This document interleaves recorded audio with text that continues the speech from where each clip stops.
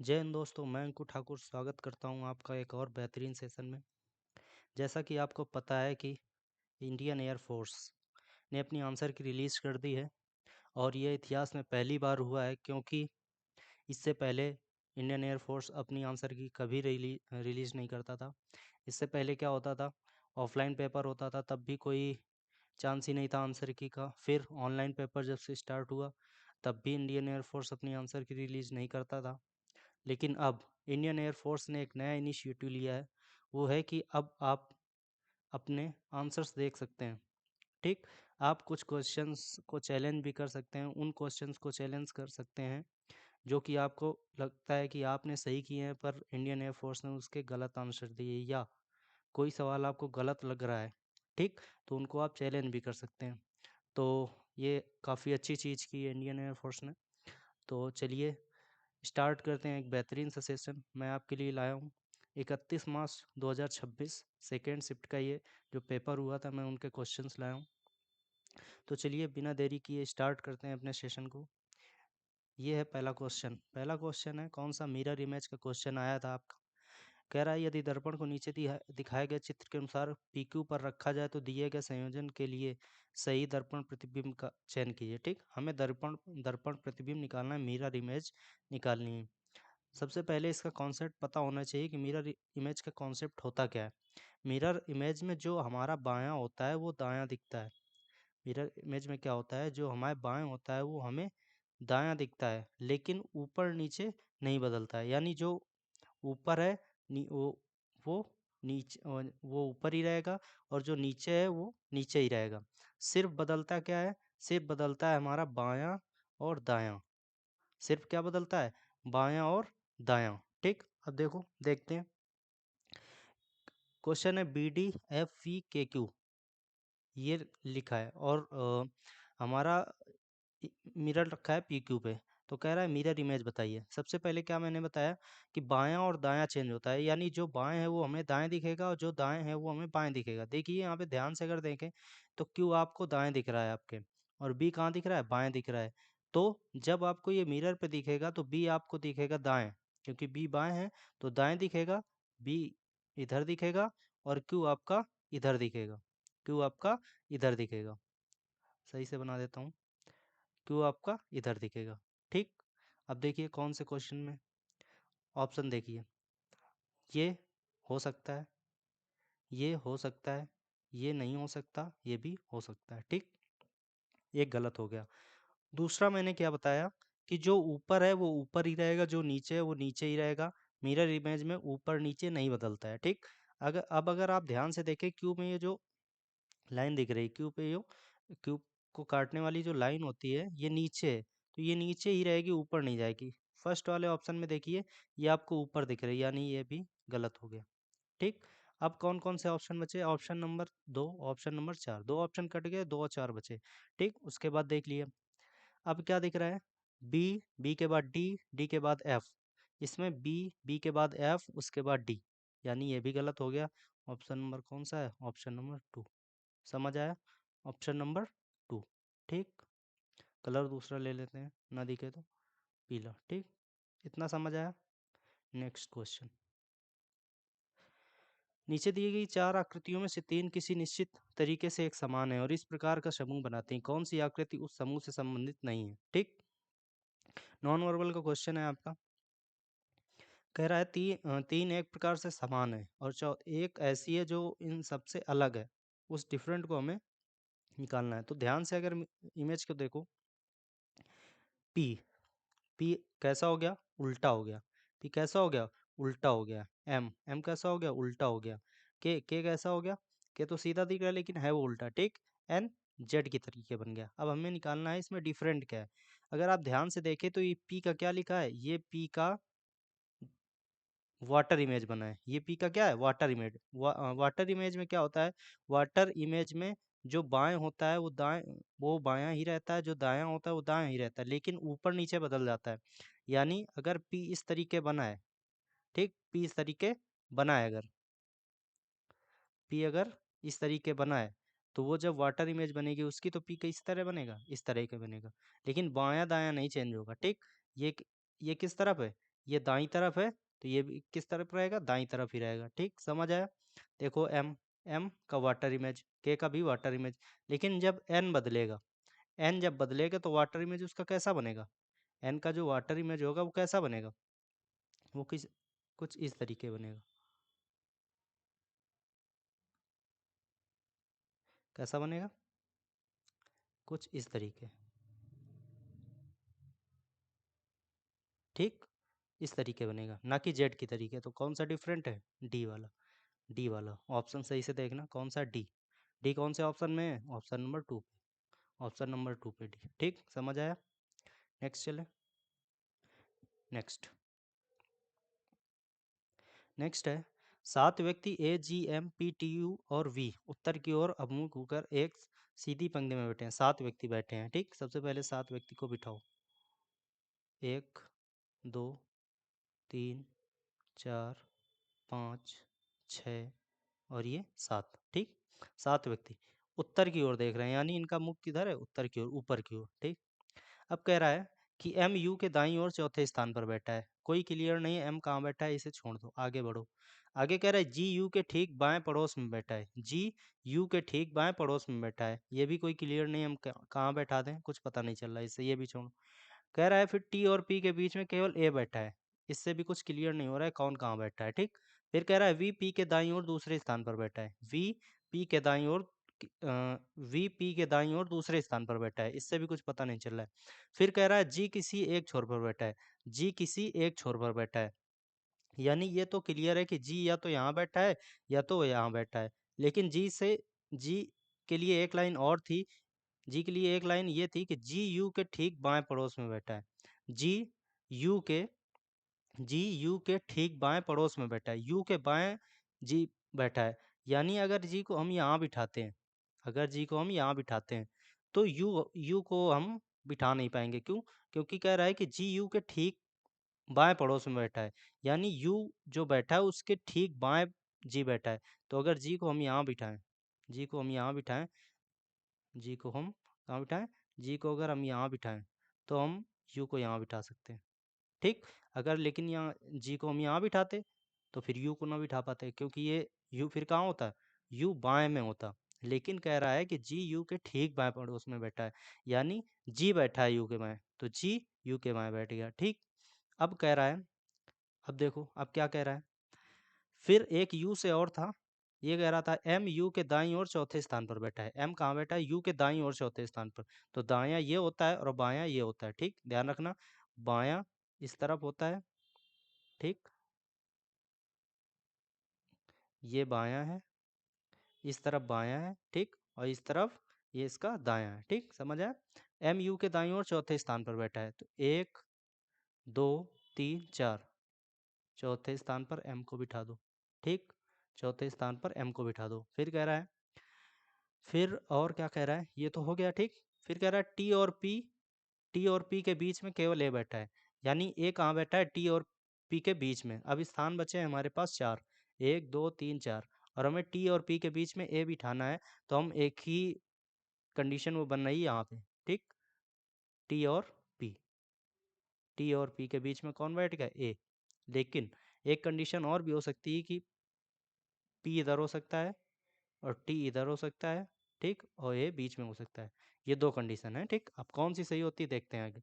फिर कह रहा है वी पी के दाईं ओर दूसरे स्थान पर बैठा है। वी पी के दाईं ओर, पी अगर यहाँ पे बैठा है, अगर पी यहाँ पे बिठा दो तो पी का दायां कौन है, पी का दायां ये है। तो कह रहा है वी पी के दाईं ओर दूसरे स्थान पर बैठा है। तो अगर पी को यहाँ बिठाओगे तो वी नहीं बिठा पाओगे, तो ये वाली कंडीशन गलत हो गई, इसको मिटा दो। ठीक, तो ये वाली कंडीशन, ये वाली कंडीशन आपकी हो गई गलत। ठीक, ये कौन था, टी। ठीक, ये कौन था, टी, टी पी। अब कह रहा है कि वी पी के दाईं ओर दूसरे स्थान पर बैठा है, तो वी कहाँ पे बैठेगा, यहाँ पे बैठेगा। पी के दाईं ओर दूसरे, 1 2, ये दूसरे स्थान। सारे आपके जो दिए थे वो बैठ गए हैं। अब हमें क्वेश्चन में पूछ क्या रहा है, पूछ रहा है कि दाहिने छोर पर कौन बैठा है। तो दाहिना छोर कौन सा है, दाहिना छोर ये है और बायां छोर ये है। ठीक, तो दाहिने छोर पर कौन बैठा है, वी। आंसर क्या है, वी, सेकेंड नंबर। ठीक, समझ आया। अगला क्वेश्चन, अगला कह रहा है कोडिंग डिकोडिंग का है। देखो किस तरीके से पैटर्न बनना है। लिखा है मैथ, MATH, फिर उसको चेंज करके लिख दिया गया है, ए आगे कर दिया गया है, एम उसके बाद कर दिया, ठीक। एम एक नंबर पे था तो एम को 2 नंबर पे कर दिया, ए 2 नंबर पे था तो ए को 1 नंबर पे कर दिया गया। TH सेम बना रहा, TH सेम बना रहा। उसके बाद फिर से एम को 1 नंबर कर दिया गया, ए को 2 नंबर कर दिया गया, ठीक। उसके बाद टी को भी, टी का स्थान तीसरा था तो चौथा कर दिया गया, और एच का स्थान चौथा तो तीसरा कर दिया गया। यानी पहले में क्या हो रहा है, पहले में केवल एक और दो आपस में स्थान बदल रहे हैं, तीसरा चौथा सेम है। और तीसरे में क्या हो रहा है, तीसरे में चारों अपना स्थान बदल रहे हैं। पहला दूसरे से बदल रहा है, दूसरा पहले से, तीसरा चौथे से, चौथा तीसरे से। ऐसा ही इसमें हो रहा है। तो कह रहा है कि जो समान तर्क का अनुसरण करता है उसे हमें निकालना है, ठीक। देखो कौन सा है, कह रहा है TERM, TERM। तो कौन सा बदलना चाहिए, सबसे पहले क्या था, पहला और दूसरा बदलेगा, यानी ई पहले आना चाहिए और टी उसके बाद आना चाहिए, ठीक। टी यहाँ आना चाहिए, ई यहाँ आना चाहिए। क्या है, ET है क्या, ये गलत हो गया, नहीं है, ठीक। दूसरा, तीसरा है COLD, यानी ओ इधर आना चाहिए और सी इधर आना चाहिए, OC होना चाहिए, OL है, ये भी गलत। फास्ट, ए इधर आना चाहिए, एफ इधर आना चाहिए, AF होना चाहिए, सही है, हो सकता है। ST बिल्कुल सही है, क्योंकि पहले में दूसरा चौथे स्थान, तीसरा और चौथे स्थान नहीं बदल रहे थे, ठीक। उसके बाद क्या था कि तीसरे में सारे अपना स्थान बदल रहे थे, 1 2 से और 3 4 से, ठीक। AF है, AF, लेकिन AF नहीं होना चाहिए, FA होना चाहिए, क्योंकि ये भी आपस में फिर से बदलेंगे, ए पहला दूसरे जाएगा, दूसरा है, ये भी गलत हो जाएगा। कौन सा बचा, ऑप्शन नंबर 2, ऑप्शन नंबर 2, समझ आया। नेक्स्ट क्वेश्चन फिर से है नॉन वर्बल। कौन सा है नॉन वर्बल का क्वेश्चन, क्या है पैटर्न देखते हैं। देखो सबसे पहले टी को देखो, सबसे पहले आप टी को देखो। टी क्या हो रहा है, टी घूम रहा है क्लॉकवाइज 90 डिग्री। टी कैसा घूम रहा है, टी इस तरीके है, क्लॉकवाइज 90 डिग्री घूमेगा तो कैसा हो जाएगा, इस तरीके हो जाएगा, क्योंकि क्लॉकवाइज क्या होता है, ये होता है, ठीक। क्लॉकवाइज 90 डिग्री घूम गया, क्लॉकवाइज 90 डिग्री। उसके बाद तो ये भी क्या होगा, ये भी क्लॉकवाइज 90 डिग्री घूमेगा। तो ये जो ऊपर गोला है नीचे डंडी है, तो ये कैसा हो जाएगा, ये हो जाएगा ऐसा कुछ, ये आपको दिखेगा कुछ ऐसा, क्लॉकवाइज 90 डिग्री जब घूमेगा तो आपको ये कुछ इस तरीके दिखेगा, ठीक। कौन से ऑप्शन में है, ऑप्शन नंबर 1 हो सकता है, ठीक। ऑप्शन नंबर 2 गलत हो जाएगा, ऑप्शन नंबर 3 हो सकता है, ऑप्शन नंबर 4 गलत हो जाएगा। तो 2 ऑप्शन आपके एलिमिनेट हो गए, 2 ऑप्शन बचे हैं। फिर देखिए फिर क्या हो रहा है, फिर इसको देखते हैं, ठीक। इसको देखते हैं, ये क्या हो रहा है, ये 180 डिग्री घूम रहा है क्लॉकवाइज, ये भी क्या हो रहा है 180 डिग्री क्लॉकवाइज घूम रहा है। तो जब ये 180 डिग्री क्लॉकवाइज घूमा तो आपको ये आकृति मिली, कौन सी आकृति मिली, ये आकृति मिली। तो ये जब 180 डिग्री क्लॉकवाइज घूमेगा, ये जब 180 डिग्री क्लॉकवाइज घूमेगा तो कुछ इस तरीके आकृति दिखेगी आपको, कैसी दिखेगी, कुछ दिखेगी आपको कुछ इस तरीके आपको देखने को मिलेगी।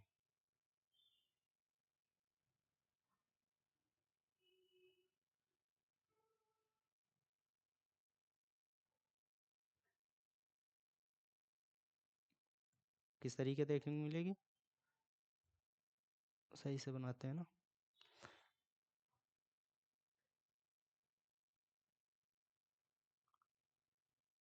कुछ इस तरीके आपको ये देखने को मिलेगी। कौन से ऑप्शन में ऐसे दिख रही है, ऑप्शन नंबर 3, ऑप्शन नंबर 3, ठीक। ऑप्शन नंबर 1 गलत हो जाएगा, क्यों, क्योंकि ये इस तरीके नहीं, ऊपर वाला कलर्ड होगा, ठीक। ऑप्शन नंबर 3, ऑप्शन नंबर 3, चौथा भी गलत हो जाएगा, ठीक। चौथे में भी कैसा है, नीचे कुछ इस तरीके देख, ऑप्शन नंबर 2, ठीक।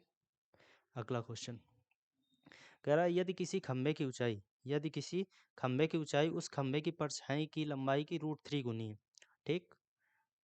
ये मान लिया कोई पोल है, ठीक। ये मान लिया कोई पोल है, कह रहा है, पेन टैप गड़बड़ कर रहा है थोड़ा, उसके लिए माफ़ी चाहते हैं, है ना। कह रहा है एक खंबे की ऊंचाई, उस खंबे की परछाई, परछाई इस पोल की कैसी पड़ेगी, इस तरीके पड़ेगी कि नहीं, कुछ इस तरीके इसकी इस पोल की परछाई पड़ेगी, कहाँ, ऐसे नीचे, ठीक, ऐसे नीचे पड़ेगी। कह रहा है उस खंबे की परछाई की √3 गुना है उस खंबे की लंबाई। मान लिया इसकी परछाई कितनी x है, मान लिया इसकी परछाई कितनी है x है, तो इसकी जो लंबाई है वो √3 गुना है किसकी, परछाई की। तो इसकी लंबाई कितनी हो जाएगी, √3x हो जाएगी। तो कह रहा सूर्य का उन्नयन कोण ज्ञात कीजिए। सूर्य क्या, सूर्य का उन्नयन कोण ज्ञात कीजिए, हमें ये वाला कोण ज्ञात करना है। अब देखो, आप लंब दिया है और आधार दिया है, लंब दिया है और आधार दिया है, ये आपको किस पे मिलता है, tan थीटा पे मिलता है। किस पे मिलता है, ये मिलता है आपको tan थीटा पे। tan थीटा बराबर क्या होता है, tan थीटा बराबर होता है लंब बटे आधार, लंब बटे आधार, लंब बटे आधार, ठीक। तो tan थीटा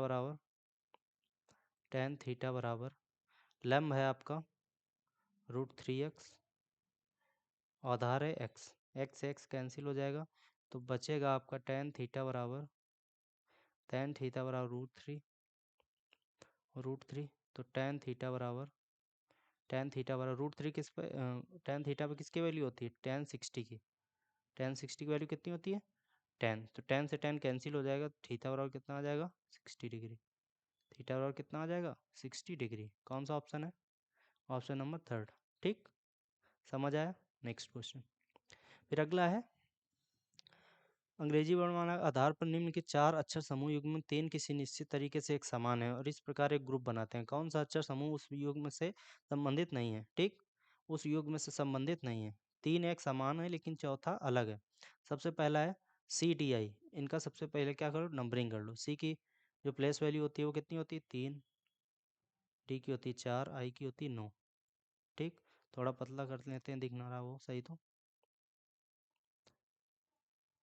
एफ की कितनी होती है, एफ की होती है 6, जी की होती है 7, एल की होती है 12, ठीक। डी की होती है 4, ए की होती है 1, एल की 12, जी की होती है 7, डी की होती है 4, ओ की होती है 15, ठीक। उसके बाद के की होती है 11, एन की होती है 14, क्यू की होती है 17, एन की होती है 14, क्यू की होती है 17, यू की होती है 21, ठीक। बी की होती है 2, एम की होती है 13, एच की होती है 8, एच की कितनी होती है 8। पेन टैप बहुत गड़बड़ कर रहा है आज, ठीक। उसके बाद ई की होती है 5, पी की होती है 16 और के की होती है 11, ठीक। अब देखो क्या पैटर्न बनना है, 3 से कितना हो रहा है, 3 से 6 हो रहा है, 4 से 7 हो रहा है, 9 से 12 हो रहा है। कहीं ना कहीं आप देख सकते हैं कि 3 बढ़ रहा है, 4 से 7 हो रहा है, 4 3 7, 11 से, सॉरी 1 से 4 हो रहा है, 3 बढ़ रहा है, 12 से 15 हो रहा है, 3 बढ़ रहा है। इधर देखो 11 से 14 हो रहा है, 3 बढ़ रहा है, 14 से 17 हो रहा है, 3 बढ़ रहा है, 17 से 21 हो रहा है, यानी 4 बढ़ रहा है। इसमें कितना बढ़ रहा है, 4 बढ़ रहा है, प्लस का 4, लेकिन सब में कितना बढ़ रहा है, प्लस का 3। तो कहीं ना कहीं यही गलत है, ठीक। उसके बाद इसमें देख लो, 2 से 5 हो रहा है 3, 13 से 16 हो रहा है 3, 8 से 11 हो रहा है 3, तो ये भी सही है, ठीक। तो गलत कौन सा है, गलत है 3 नंबर, क्योंकि आपको गलत वाला देखना था कि कौन सा अलग है, ठीक। अगला क्वेश्चन कह रहा है, दी गई समीकरण का परिणाम एक सम संख्या प्राप्त करने के लिए किन्हीं दो चिन्हों को आपस में बदलना चाहिए। यानी हमें इस जो इक्वेशन का मान निकालना है वो एक सम संख्या निकालना है।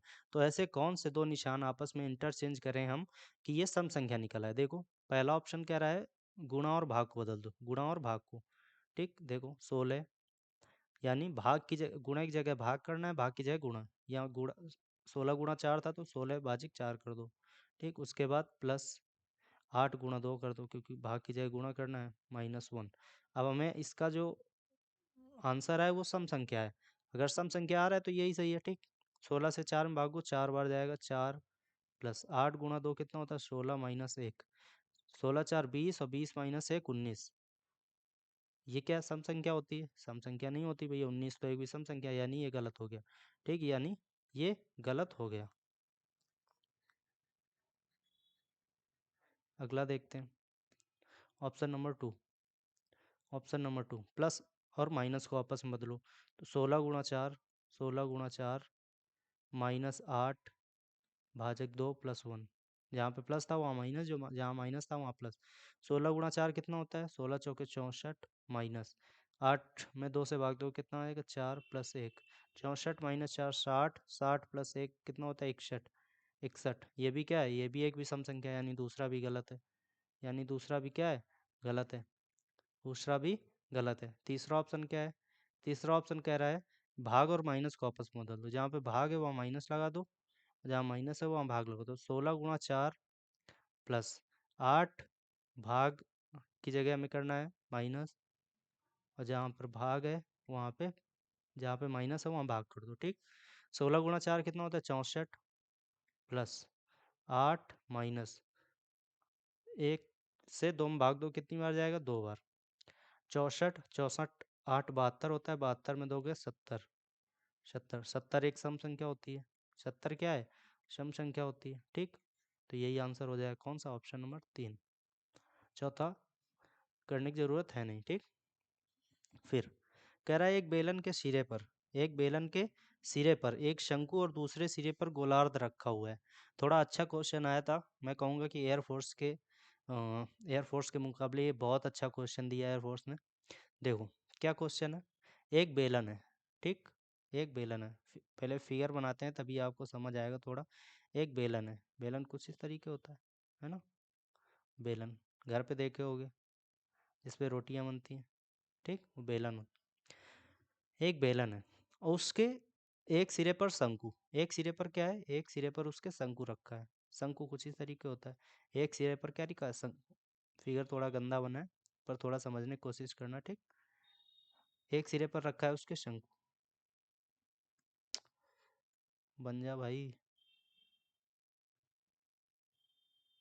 ठीक, समझने की कोशिश करना थोड़ा। एक सिरे पर रखा है उसके शंकु, और दूसरे सिरे पर गोलार्ध बना हुआ है। गोलार्ध यानी अर्धगोला। दूसरे सिरे पर उसके क्या बना हुआ है? अर्धगोला बना हुआ है। ठीक। क्या बना है? अर्धगोला बना हुआ है।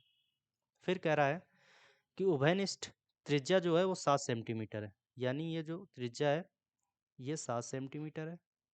कितनी है? 7 सेंटीमीटर। और ये भी त्रिज्या कितनी है? 7 सेंटीमीटर। ये भी त्रिज्या कितनी है? 7 सेंटीमीटर। समझ आया? थोड़ा बड़ा बनाया जाएगा फिगर। फिगर बना के लाना चाहिए था। चलो, थोड़ा सा टाइम लगेगा, पर मैं आपको बहुत अच्छे से समझा देता हूँ। ठीक। ये आपका एक बेलन है, जिसके एक सिरे पर क्या रखा हुआ है? एक सिरे पर रखा है शंकु, और दूसरा सिरा क्या है? दूसरे सिरे पर अर्धगोला बना हुआ है। दूसरे सिरे पर क्या है? अर्धगोला बना हुआ है। दूसरे सिरे पर बना हुआ है अर्धगोला। ठीक। उभयनिष्ठ त्रिज्या जो है वो 7 सेंटीमीटर है। वो कितनी है? 7 सेंटीमीटर है। 7 सेंटीमीटर। ये भी कितनी हो जाएगी? 7 सेंटीमीटर। ठीक। अगर इसकी त्रिज्या 7 सेंटीमीटर है, इस यहाँ ये जो दूरी है 7 सेंटीमीटर है, तो इसकी ऊंचाई भी कितनी हो जाएगी? 7 सेंटीमीटर ही, क्योंकि ये भी तो क्या है? इसकी त्रिज्या ही तो है। इसकी ऊंचाई भी क्या है? इसकी ऊंचाई भी क्या है? त्रिज्या है। अर्धगोले की जो ऊंचाई वो भी त्रिज्या है, तो ये भी कितनी हो जाएगी? 7 सेंटीमीटर हो जाएगी। ठीक। समझ आया? फिर कह रहा है कि बेलन की ऊंचाई 6 सेंटीमीटर है। बेलन की ऊंचाई कितनी है? 6 सेंटीमीटर। जो ये वाली दूरी है वो कितनी है? 6 सेंटीमीटर। जो ये वाली दूरी है, ये जो बेलन की ऊंचाई है,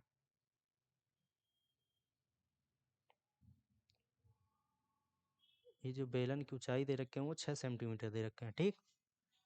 और जो संपूर्ण ऊंचाई है वो 29 सेंटीमीटर है। जो संपूर्ण ऊंचाई है वो कितनी है? 29 सेंटीमीटर है। यानी यहाँ से लेके यहाँ तक, यहाँ से लेके यहाँ तक जो ऊंचाई है वो कितनी है? 29 है। ये जो पूरी ऊंचाई है ये है 29। कितनी है? 29 है। तो शंकु की ऊंचाई कितनी हो जाएगी? आप देखिए अगर ध्यान से, ये 7 दे रखे हैं और ये दे रखे हैं यहाँ से यहाँ तक 6। तो ये पूरी टोटल कितनी हो जाएगी? 7 और प्लस 6 कितनी हो जाएगी? 13। 7 + 6 ये कितनी हो जाएगी? 13। 13 13 कहाँ से कहाँ तक हो गई? यहाँ से यहाँ तक ये 13 हो गई। ठीक। तो शंकु की ऊंचाई कितनी हो जाएगी? ये ऊपर शंकु रखा है तो ऊपर ये हो जाएगी 16। 29 में 13 घटा दो कितना बचेगा? 16।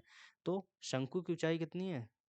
जो शंकु की ऊंचाई है वो 16 सेंटीमीटर है, शंकु की ऊंचाई। ठीक, शंकु की ऊंचाई। और शंकु का जो आयतन होता है वो क्या होता है, पाई आर स्क्वायर एच। तो V1 आपका कितना हो जाएगा, पाई आर स्क्वायर एच। ये शंकु का आयतन होता है। पाई पाई वैसे ही रहने दो, pi into R square. R कितने हैं, 7 है, 7 गुणा 7 इंटू एच कितने हैं, 16। 16 सत्ते 112, 112 सत्ते 784। तो V1 आ गया 784 पाई, 784 पाई। ठीक, समझ आया। उसके बाद कुछ गलत तो नहीं करा मैंने। ठीक, उसके बाद ये शंकु का हो गया। अब निकालो किसका, सॉरी, शंकु का कितना होता है, 1/3 पाई आर स्क्वायर एच। थोड़ी सी गलती हो गई, 1/3 पाई आर स्क्वायर एच। तो इसका V1 आ जाएगा 784/3 पाई। ठीक, उसके बाद V2, उसके बाद V2। बेलन का आयतन क्या होता है, बेलन का होता है pi R square H, pi R square H. कितना होता है, पाई आर स्क्वायर एच। तो पाई इंटू आर कितना है, आर है 7 इंटू 7 इंटू एच कितना है, एच है 6। बेलन की ऊंचाई कितनी थी, 6। तो 7 7 49, 49 छक्का 6 9 54, 6 चौक 24, 5 29, 294 पाई, 294 पाई। ठीक, V3 निकाल लो, V3 निकाल लो। V3 क्या है, V3 निकाल लो किसका, अर्धगोले का। अर्धगोले का आयतन कितना होता है, अर्धगोले का आयतन होता है 2/3 pi R cube, 2/3 pi R cube. ठीक, पाई आर क्यूब।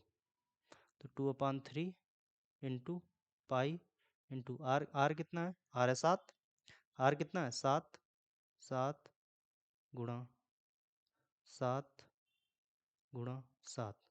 ठीक, गुणा कराओ कितना, 7 7 49, 49 सत्ते 343, और 343 दूनी 686/3 पाई, 686 पाई बटे 3, 686 पाई बटे 3। अब V1 V2 और V3 को आपस में जोड़ लो। V1 कितना था आपका, इसको मिटाएं क्या थोड़ा, इतना समझ आ गया है ना, इसको थोड़ा मिटाते हैं।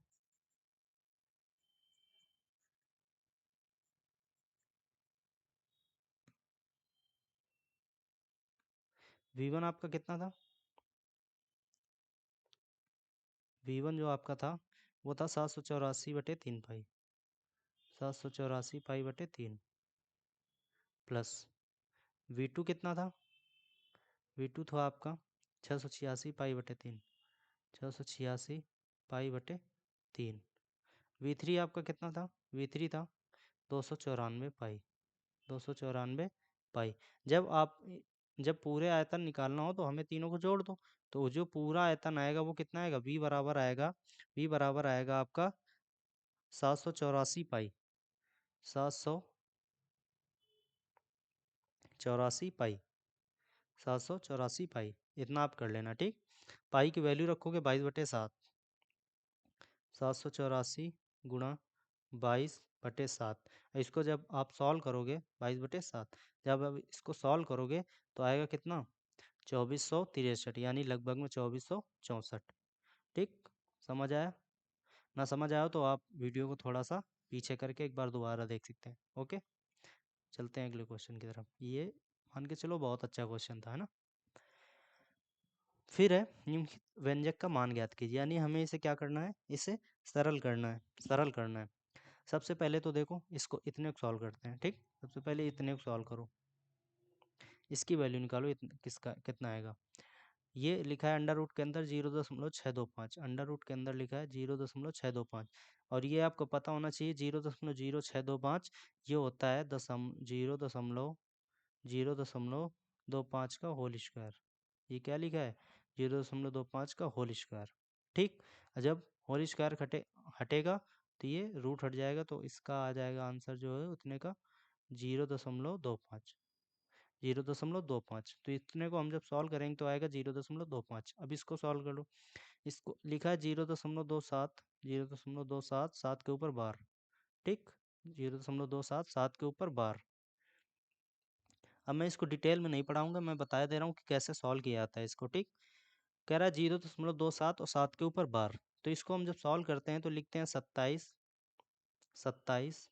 ठीक, उसके बाद जिस संख्या जीरो दशमलव के बाद अगर किसी संख्या में बार नहीं लगा है तो उसको हम घटाते हैं, यानी 27 में से 2 घटा दो, बचेगा 25, बचेगा 25। अब दशमलव के बाद जितनी संख्याओं पे बार लगा होता है, जितनी संख्याओं पे बार लगा होता है उतने जीरो आते हैं, सॉरी उतने 9 आते हैं, और जिन संख्याओं पे बार नहीं लगा होता है उतने जीरो आते हैं। 7 पे बार लगा यानी कितना आएगा, 1 9 आएगा, 1 9 आएगा। 1 9 क्यों आएगा, क्योंकि 7 के ऊपर ही केवल बार है, ठीक, एक ही संख्या के ऊपर बार। और जिन संख्याओं के ऊपर बार नहीं लगा होता है उतने जीरो आते हैं। एक एक संख्या के ऊपर नहीं लगा है, 2 के ऊपर नहीं लगा, जीरो आ गया। क्या बताया मैंने कि दशमलव के बाद जितनी संख्याओं पे बार लगा होता है उतने 9 आते हैं, और जिन संख्याओं के ऊपर नहीं लगा उतने जीरो आते हैं। 7 के ऊपर लगा था 1 9 आ गया, 2 के ऊपर नहीं लगा था, जीरो आ गया, ठीक। ऊपर वाले में क्या आता है, दशमलव के बाद जिन संख्याओं पे बार लगा होता है, ठीक, जिन संख्याओं पे बार नहीं लगा होता है उसको पूरी संख्या से घटा देते हैं। 27 माइनस 2 कितना आ जाएगा, 25, 25/90, 25/90। 5 से काट दो इसे तो आ जाएगा 5 पंजे 25 और 5 18। तो इसका वैल्यू कितना आ जाएगा, इसका वैल्यू आ जाएगा 5/18। कितने का, 0.27 का। 0.27 का कितना आ जाएगा, 5/18। ऐसे ही 0.83 को 0.83 के ऊपर बार को सॉल्व करोगे, क्या बताया मैंने, पहले पूरी संख्या लिख लो, दशमलव के बाद जितने पे बार नहीं लगा वो घटा दो। 8 में बार नहीं लगा मतलब 83 माइनस 8। जितनी संख्याओं पे बार लगा उतने 9 लगा दो। एक 3 के ऊपर है तो एक 9 आ जाएगा, 8 के ऊपर नहीं यानी जीरो आ जाएगा एक, ठीक। 83 में 8 जाएगा, कितना आ जाएगा, 75, 75/90। इसे भी 5 से काट दो अगर तो ये आ जाएगा 5 15 हम 18, सॉरी 5 15 हम 75, 5 18 हम 90, यानी 15/18, 15/18।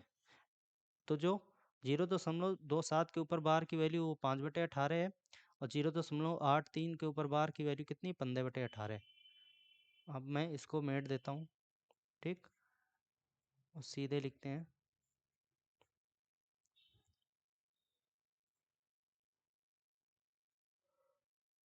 क्या बताया मैंने,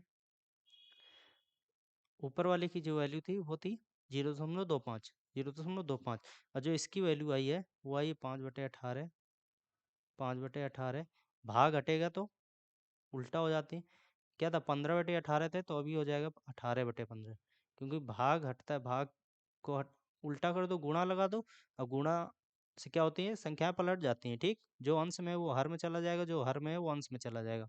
15/18, 18 से 18 कट जाएगा, 5 तिहाई 15, कितना आ जाएगा, 5 तिहाई 15, ठीक, कितना आ जाएगा, 5 तिहाई 15, यानी नीचे क्या आ गया, 1/3, यानी नीचे क्या आ गया, 1/3। ऊपर था 0.25, 0.25 बटे 1/3, बटे 1/3, ये चला जाएगा ऊपर, ये चला जाएगा ऊपर, तो ये हो जाएगा 75, 75, 0.75, 0.75 कितना आ जाएगा, 0.75, ठीक। इतना समझ आया, इतना समझ आया कि नहीं। तो जो आगे वाली की वैल्यू जो आई है, जो आगे वाली की वैल्यू आई है वो कितनी आई है, 0.75, वो कितनी आई है, 0.75, कितनी आई है, इतने की जो वैल्यू आई है ये हमारी इतने की, वो आई है 0.75, यानी 0.75 को अगर दशमलव हटा के लिखो तो 75/100 लिख सकते हो। कितना लिख सकते हो, 75/100। अब इसको सॉल्व करते हैं, अब किसको सॉल्व करते हैं, अब इसको सॉल्व करते हैं।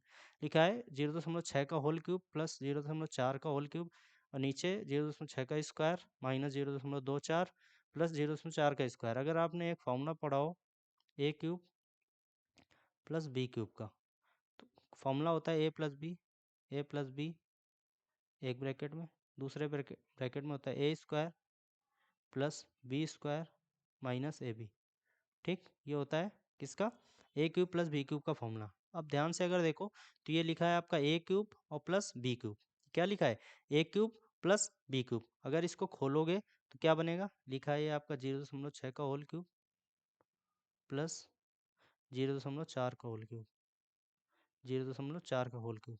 तो इसको जब खोलोगे तो बनेगा ये 0.6 प्लस 0.4 एक ब्रैकेट में, दूसरे ब्रैकेट में बनेगा 0.6 का होल स्क्वायर प्लस 0.4 का होल स्क्वायर प्लस 0.24 प्लस 0.24। तो आप देख सकते हैं इससे ये कट जाएगा, ठीक। इससे आपका ये पूरा कट जाएगा, तो ऊपर बचेगा कितना, केवल 0.6 प्लस 0.4, और 0.6 और 0.4 जोड़ो कितना आएगा, 1 आएगा। ठीक, 0.6 और 0.4 जोड़े कितना आएगा, 1 आएगा, यानी इसकी वैल्यू जो है वो 1 आएगी। जो इसकी वैल्यू है वो कितनी आएगी, वो आएगी 1। वो कितनी आएगी, वो आएगी आपकी 1। ठीक, समझ आया। तो 75/100 इसकी आई थी, अब इसकी वैल्यू आई 1। 1 माइनस का 1। अब पूरे का क्या करना है, पूरे का करना है होल इनवर्स। कितना है, होल इनवर्स, होल इनवर्स। इसको एलसीएम लेके सॉल्व करो, 75 माइनस 100/100 यानी माइनस का 25/100, माइनस का 25/100 का होल इनवर्स। जब इनवर्स का निशान हटेगा तो 100 ऊपर चला जाएगा, 25 आ जाएगा नीचे माइनस का। ठीक, 25 और 100 कटो, 4, यानी माइनस का 4। आंसर कितना आ जाएगा, माइनस का 4। समझ आया, आंसर कितना है, माइनस का 4। समझ ना हो तो आप वीडियो को दोबारा देख सकते हैं पीछे करके। ठीक, अगला क्वेश्चन। अगला क्वेश्चन कह रहा है एक निश्चित कूट भाषा में शोर को 16, 12, 18, 15 लिखा जाता है। SOUR, SOUR को लिखा जा रहा है 16, 12, 18 और 15। ठीक, अगर हम कोडिंग करें तो 19 का जो कोड होता है वो होता है 19, सॉरी एस का जो होता है वो 19 होता है, ओ का होता है 15, यू का होता है 21, आर का होता है 18। लेकिन इसको लिखा क्या गया है, 19 को लिखा गया है 16, सॉरी 19 को क्या लिखा गया है, 19 को लिखा गया है 16, 15 को लिखा गया है 12, 21 को लिखा गया है 18, 18 को लिखेगा 15। तो आपको कहीं ना कहीं एक पैटर्न दिख रहा होगा कि 19 में 3 घटाओगे 16 बचेगा, 15 में 3 घटाओगे 12 बचेगा, 21 में 3 घटाओगे 18 बचेगा, और 18 में 3 घटाओगे 15 बचेगा, यानी कहीं ना कहीं -3 करके लिखा गया है। कैसा लिखा गया है, -3 करके, -3 करके। दूसरे वाले में देख लो, ऐसे ही एन का होता है 14, 14 में से 3 घटाओ 11 बचेगा, ई का होता है 5, 5 में से 3 घटाओगे 2 बचेगा, एल का होता है 12, 12 में 3 घटाओगे 9 बचेगा, टी का होता है 20, 20 में 3 घटाओगे 17 बचेगा। हमें कोड पहुंच रहा है क्विज का, क्विज का।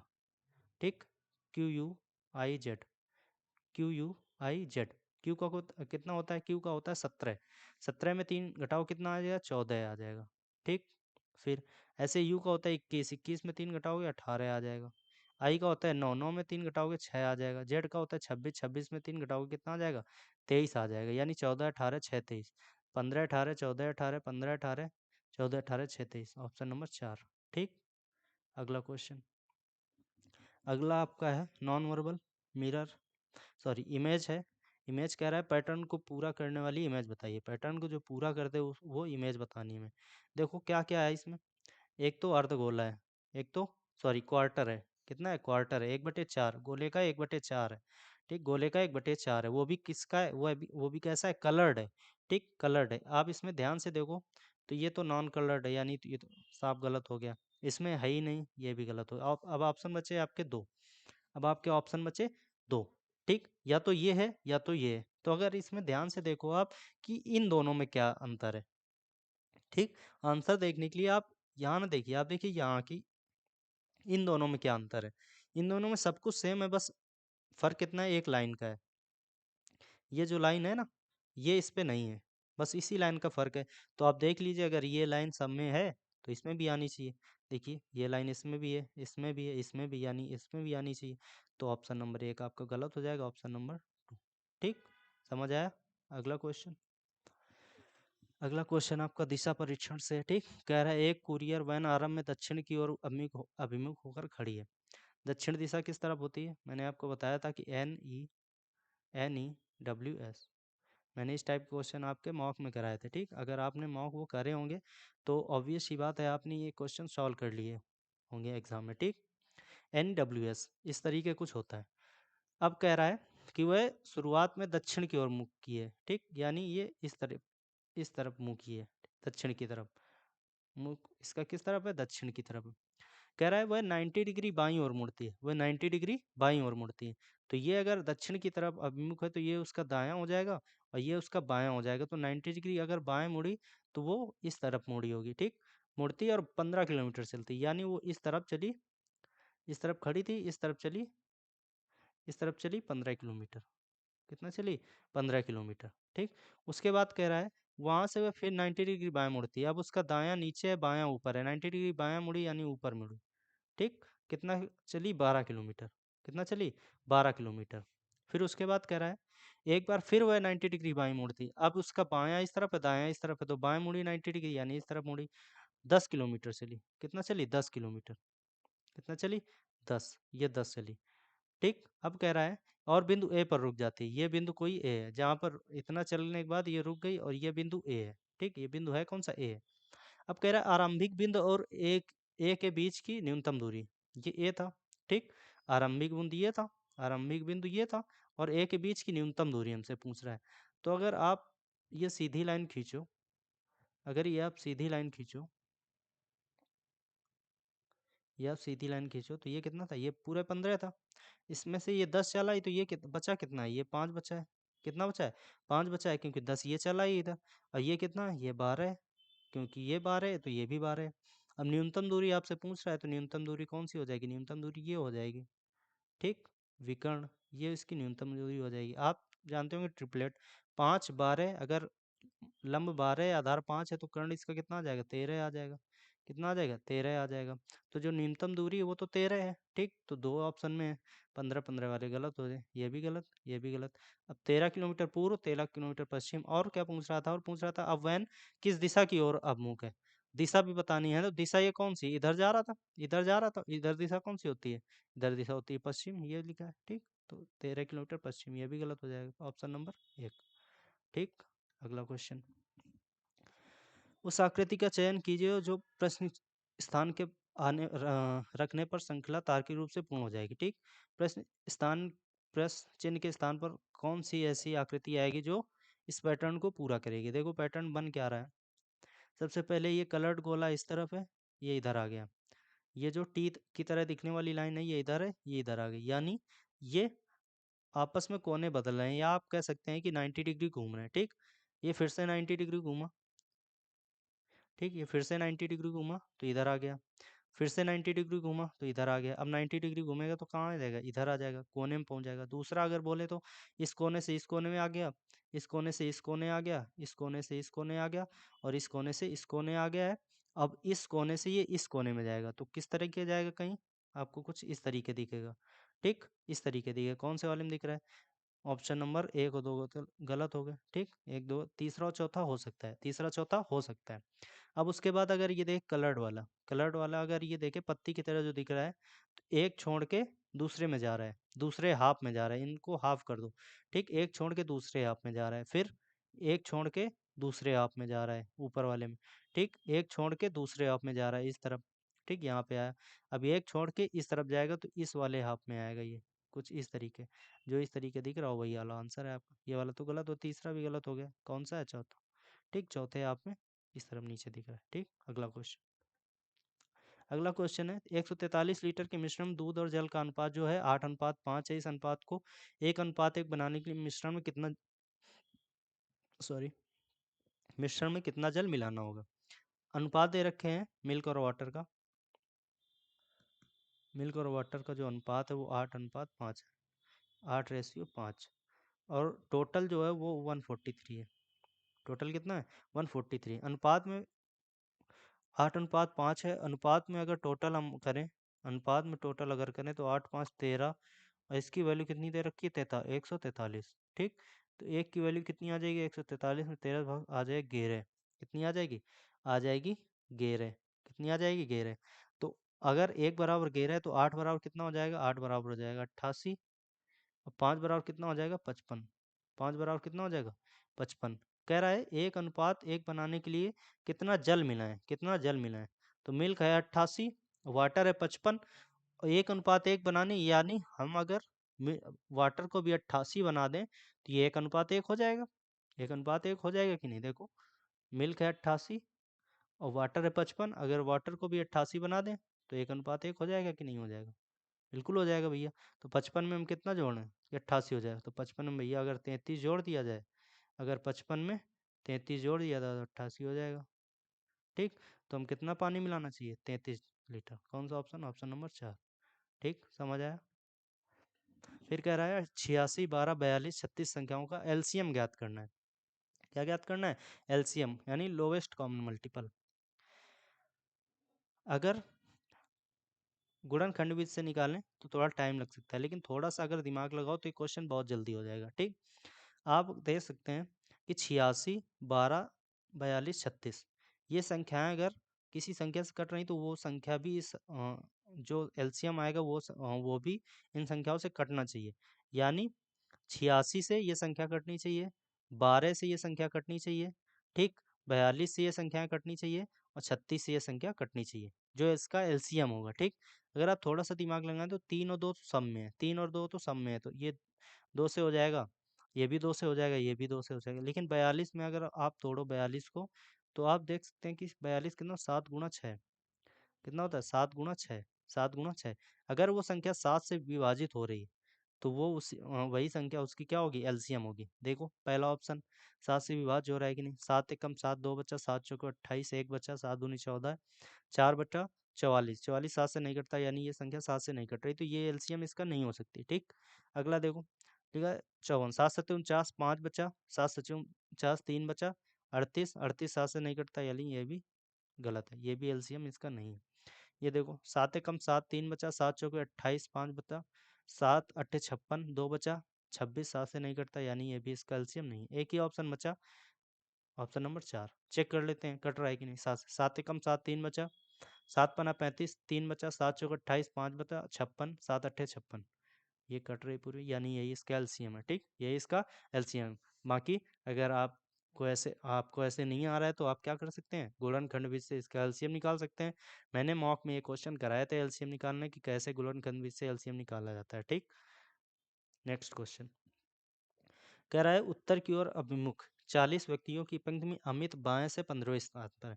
एक 40 एक पंक्ति में कितने 40 लोग हैं, जिसमें अमित बाएं से 15वें स्थान पर है। ये बाएं से होता है, ये इधर दाएं से होता है। ठीक, बाएं से 15वें स्थान पर है, यानी इस तरीके से अगर गिने तो अमित बाएं से 15वें स्थान पर है। अमित कहाँ पे है, अमित, ये अमित है और ये इनका स्थान कौन सा है, 15वां स्थान है। ठीक, फिर कह रहा है और बीना पंक्ति के दाएं छोर से 20वें स्थान पर थी। बीना कितने स्थान पर थी, दाएं छोर से 20वें स्थान पर, दाएं छोर से 20वें स्थान पर। अगर हम बीना का दाएं छोर से 20वें स्थान पर है, तो अगर हम बीना का बाएं छोर से स्थान निकाल लें, बाएं छोर से अगर बीना का हम स्थान निकाल लें तो ये क्वेश्चन थोड़ा इजी हो जाएगा। तो मैंने आपको ये क्वेश्चन कराया था, मैंने बताया था कि जब भी आपको बाएं और दाएं से दिया जाए और टोटल स्टूडेंट पूछे जाए, टोटल लोग पूछे जाए, तो उसका फॉर्मूला होता है m+n-1, m+n-1 बराबर टोटल, बराबर क्या होता है, टोटल होता है। यानी m बाएं से स्थान, n दाएं से स्थान, -1 बराबर टोटल। अब देखो यहाँ पे बीना का पंक्ति के दाएं छोर से स्थान 20वां दिए हैं, मान लो दाएं छोर से स्थान कितना दिए हैं, 20वां। बाएं छोर से हमें निकालना है तो उसको x मान लो, -1, और टोटल कितने हैं, 40 हैं, टोटल कितने हैं, 40 हैं। 20 माइनस 1 19 हुआ, 20 माइनस 1 19 हुआ, तो 40, x बराबर आ जाएगा 40 माइनस 19, 40 माइनस 19, तो x बराबर आ जाएगा 21, x बराबर क्या आ जाएगा, 21, x बराबर कितना आ जाएगा, 21। अब देखो बीना का पंक्ति के दाएं छोर से 20वां स्थान था, लेकिन बीना का बाएं छोर से कौन सा स्थान है, बाएं छोर से है 21वां स्थान। बीना बाएं छोर से 21वें स्थान पर है, बाएं छोर से बीना कौन से स्थान पर है, बीना है 21वें स्थान पर, बीना है 21वें स्थान पर। ठीक, अब क्वेश्चन कह रहा है कि यदि चेतन के बाएं उतने ही व्यक्ति थे जितने अमित के बीना के बीच में थे। अमित और बीना के बीच में कितने व्यक्ति, अमित ये हैं, बीना ये हैं, और दोनों बाएं छोर से हैं।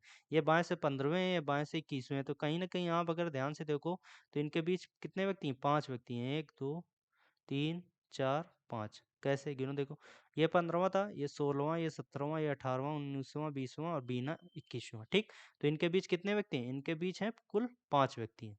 ठीक, अब क्वेश्चन कह रहा था जितने अमित और बीना के बीच में थे उतने ही कितने चेतन के बाएं उतने ही व्यक्ति थे जितने अमित और बीना के बीच थे। बायां चेतन के बाएं, चेतन के बाएं उतने ही व्यक्ति थे जितने अमित और बीना के बीच में थे। अमित और बीना के बीच में 5 व्यक्ति थे, तो उसके बाएं, चेतन के बाएं उतने ही व्यक्ति थे, 1 2 3 4 5। तो चेतन आ जाएंगे कहीं यहाँ पे, चेतन आ जाएंगे यहाँ पे, 1 2 3 4 5, ये 5 व्यक्ति हो गए चेतन के बाएं। ठीक, चेतन के बाएं, चेतन के बाएं व्यक्ति हो गए 5। तो पंक्ति के दाएं छोर से चेतन का स्थान, पंक्ति के दाएं छोर से चेतन का स्थान, बाएं छोर से कौन सा स्थान है? 6 है। तो फिर से वही फॉर्मूला लगा दो, m प्लस n माइनस 1 बराबर टोटल। ठीक, टोटल m मतलब बाएं छोर से कौन सा स्थान है? बाएं छोर से 6वां, प्लस दाएं छोर से हमें निकालना है n माइनस 1। टोटल कितने थे? टोटल थे 40। 6 में 1 गए 5, 6 में 1 गए 5 और 40, 40 सॉरी 40 माइनस 5 35। तो n बराबर कितना आ जाएगा? 35। यानी जो चेतन का दाएं छोर से स्थान है वो कौन सा है? 35वां स्थान है, ऑप्शन नंबर 4। ठीक, समझ आया? ना समझ आया तो एक बार वीडियो को पीछे करके आप दोबारा देख सकते हैं। ठीक, क्वेश्चन है R M L 8, S O K 14, T Q जे 20 और यू एस आई 26। तो सबसे पहले इसमें आप नंबर वाली सीरीज देख लिया करो, कभी कभी आंसर इसी से आ जाता है। 8 6 14, 14 6 20, 8 प्लस का 6, 14 प्लस 6 20, 20 प्लस 6 26, और 26 में प्लस 6 कितना हो जाएगा? हो जाएगा 32। तो यानी 32 आना चाहिए। 30 है गलत, 30 है गलत। दो ऑप्शन आपके 32 32 वाले, एक वी यू एच, एक यू टी जी। अब देखो इसमें क्या सीरीज बन रही? आर से एस हो रहा है, आर से एस हो रहा है, एस से टी हो रहा है, टी से यू हो रहा है। यानी एक एक बढ़ा है, आर यस, यस से टी, टी से यू, यू से कितना हो जाएगा? वी हो जाएगा।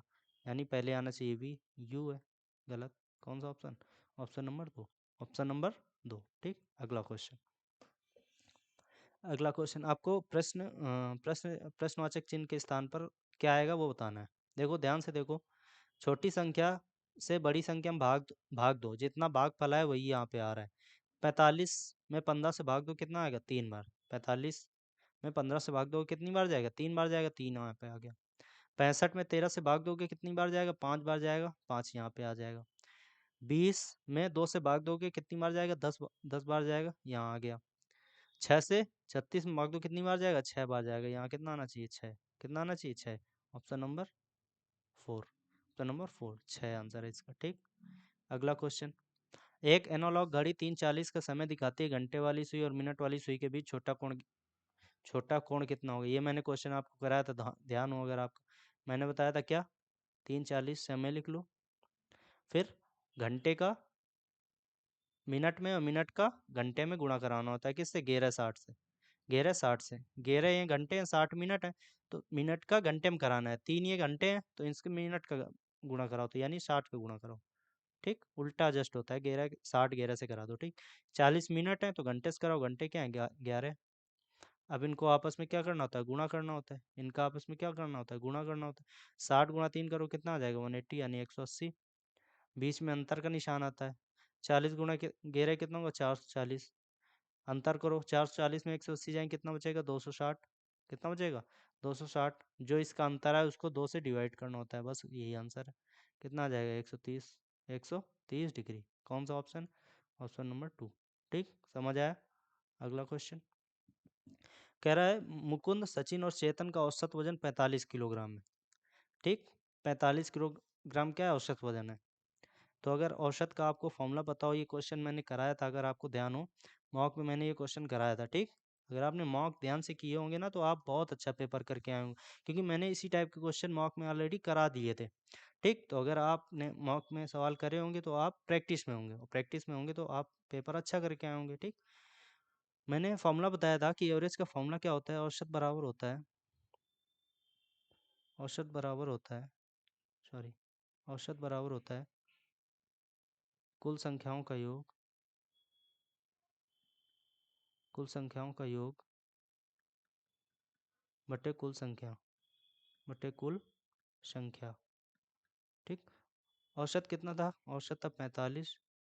कुल संख्याओं का योग यानी मुकुंद प्लस सचिन प्लस चेतन बटे कुल संख्या कितनी, कितने लोग हैं? 3। तिरछा गुणा कर दो तो m प्लस s प्लस सी बराबर कितना आ जाएगा? 45 है 135। m plus s plus C कितना आ जाएगा? 135। कितना आ जाएगा? 135। ठीक, अब कह रहा है आगे, यदि मुकुंद और सचिन का औसत वजन यानी m प्लस एस यहाँ से आ जाएगा 41 गुणा 2, 41 गुणा 2। ठीक, आप इस तरीके से निकाल लेना, मैं थोड़ा शॉर्ट में बता दे रहा हूँ। तो m प्लस एस आ जाएगा आपका 41 दूनी 82। ठीक, फिर दूसरा है, यदि तथा सचिन और चेतन यानी एस प्लस सी, सचिन और चेतन का औसत है 47 यानी 47 गुणा 2, 47 गुणा 2। एस प्लस सी कितना आ जाएगा, एस प्लस सी आ जाएगा 94, 94। इन दोनों को आपस में जोड़ दो, इन दोनों को आपस में जोड़ोगे तो आ जाएगा एम प्लस एस प्लस सी बराबर आ जाएगा 94 और 82 कितना होगा 164, 94 तो 96, 96 और सी 176, सॉरी। ठीक, कितना आ जाएगा 176। एम प्लस एस प्लस हो जाएगा तो M plus two S plus C कितना हो जाएगा 176। ठीक, अब कह रहा है तो सचिन का औसत वजन, सॉरी सचिन का वजन ज्ञात करना। M plus S plus C इतना था, और M plus two S plus C कितना आ गया, ये आ गया है 176। ठीक, इसको क्या करो, घटा दो आपस में। क्या करना है, घटा दो इसको आपस में। जब घटाओगे तो एम से एम कैंसिल हो जाएगा, ये सी से सी कैंसिल हो जाएगा। एक एस से दो एस जाएंगे, माइनस माइनस का एस बराबर, माइनस का एस बराबर 135 में 176 जाएंगे कितना, माइनस का 41 आ जाएगा, माइनस का 41, माइनस से माइनस कैंसिल, यानी एस का जो वजन है, एस का जो वजन है वो कितना आ जाएगा 41। एस का जो वजन है वो कितना आ जाएगा 41 किलो। ठीक, कौन सा ऑप्शन है, ऑप्शन नंबर 2। ठीक, अगला क्वेश्चन। बस आपके इतने क्वेश्चन थे। ये था 31/3/2026, 31 मार्च 2026 का शिफ्ट नंबर सेकेंड। ठीक, ये आपके क्वेश्चन मैंने करा दिए हैं। आप देखना कि आपने क्या गलती करी क्या नहीं करी। ठीक, आपके कितना स्कोर है आप कमेंट बॉक्स में बता देना, और ये सॉल्यूशन आपको कैसे लगे वो भी आप कमेंट बॉक्स में बता देना।